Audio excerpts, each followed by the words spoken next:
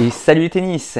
Nous sommes le 2 décembre et c'est pour moi l'occasion de partager avec vous le premier secret du mental pour cette série de vidéos. Mais juste avant, n'oubliez pas s'il vous plaît de vous abonner à la chaîne YouTube. C'est gratuit et ça va vous permettre de ne louper aucune des prochaines vidéos de cette série jusqu'au 25 décembre. Parfait! Alors c'est parti pour le premier secret. Le premier secret du mental, c'est de croire en ses rêves. Donc en fait, le rêve est super important pour tout simplement avoir une direction, bien sûr, et puis avoir une motivation. Ça va être un peu le carburant de votre voyage. Donc chez les tennisman, il y a plusieurs catégories. D'abord, il y a la première catégorie, des gens qui ne rêvent pas. En général, ils n'ont pas vraiment d'ambition, ils jouent un peu comme ça au hasard. Et en général, ils n'ont pas trop de résultats et ils ne sont pas déçus parce que de toute façon, voilà, ils n'avaient pas prévu d'aller plus loin et donc tout va bien pour eux. Et la deuxième catégorie, ce sont les rêveurs qui ont des posters, qui regardent les champions à la télé, qui s'imaginent mentalement en train de soulever des trophées, d'avoir la gloire, d'avoir l'argent, etc. Mais bon, finalement, ils n'ont pas tellement envie d'agir, ils vont pas s'entraîner sur le terrain, donc ça reste vraiment du domaine du rêve et c'est tout. Troisième catégorie, il y a les tennisman qui ont un rêve et qui se disent « moi, je mets les moyens ». Donc ils s'entraînent et ils essayent d'atteindre leur rêve. Malheureusement, très vite, il y a des obstacles. Et à force de buter contre ces obstacles, ils finissent par se décourager et finalement ils abandonnent. Et ça a l'air anodin dit comme ça, mais je trouve que c'est vraiment une catégorie dont beaucoup de personnes se trouvent. Et voilà, il y a beaucoup de jeunes joueurs qui disent moi je veux jouer au tennis, je veux gagner. Et puis dès qu'ils commencent à perdre, dès que les résultats ne sont pas à la hauteur de leur espérance, ils arrêtent.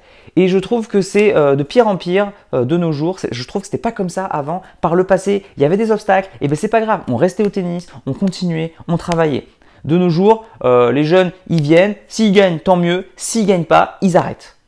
Donc je trouve ça très triste et très dramatique pour notre sport et pour le monde en général, les jeunes. Donc voilà, pour moi, c'est une capacité de travailler qui est hyper importante, de persévérer. Petite parenthèse ici pour dire que s'il vous plaît, ne vous arrêtez pas aux obstacles, continuez. C'est vraiment le plus important à mes yeux. Et il y a la quatrième catégorie donc des rêveurs. Ce sont ceux qui non seulement se donnent les moyens et bien sûr ceux qui persévèrent. Par tout le temps, tous les moyens, tous les temps, il pleut, ils ventent, ils ont des obstacles, ils perdent, etc. Sur des années, ils ont du mal à progresser, ils ont du mal à passer des caps, et bien ils continuent, nuit et jour, ils rêvent de leur projet, ils continuent d'y aller. Donc c'est un mélange subtil entre l'ambition et l'humilité. L'ambition de voir grand, de toujours essayer d'aller au-delà, donc de progresser. Vous savez que c'est mon leitmotiv sur cette chaîne, donc toujours de progresser. Donc voilà, essayer d'aller toujours un cran au-dessus, continuer à avancer malgré les obstacles. Donc voilà, avoir de l'ambition, mais aussi l'humilité de savoir que c'est pas tous les jours qu'on joue bien. Il y a des jours on joue mal, il y a des jours on perd,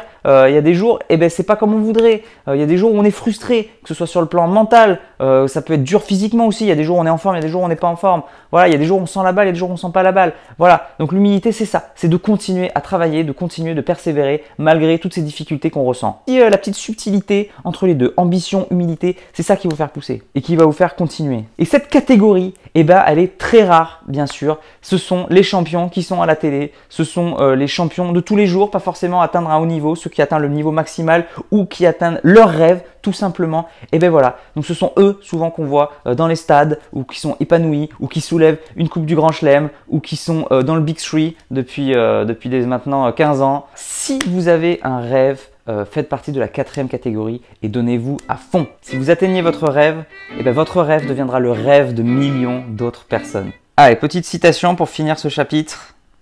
Alors, soyez réaliste, prenez le temps de rêver. Vous pouvez d'ailleurs commencer par fermer les yeux et faire 3 vœux. À vous de jouer, c'est parti.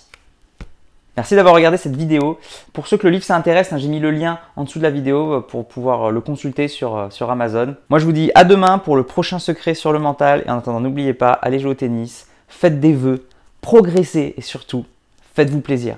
Ciao. Après des années de recherche, la voici enfin. Federer, c'est l'heure de sortir.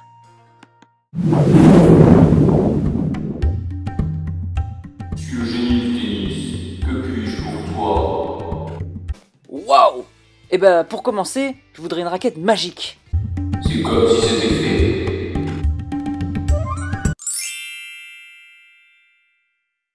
Incroyable, ça a marché! Hey, c'est la raquette de Roger en plus! Avec ça, je vais gagner, c'est sûr! Alors mon deuxième souhait, ce serait d'avoir un physique de malade, un corps de rêve. C'est comme si c'était fait.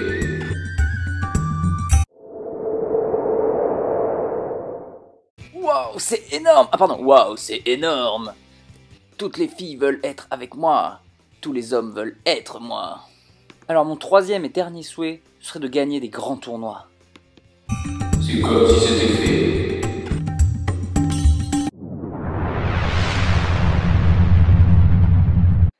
Et bien sûr, je voudrais remercier ma famille et tous ceux qui ont cru en moi. Et surtout, je voudrais me remercier d'avoir cru en mes rêves. N'oubliez jamais, il faut toujours croire en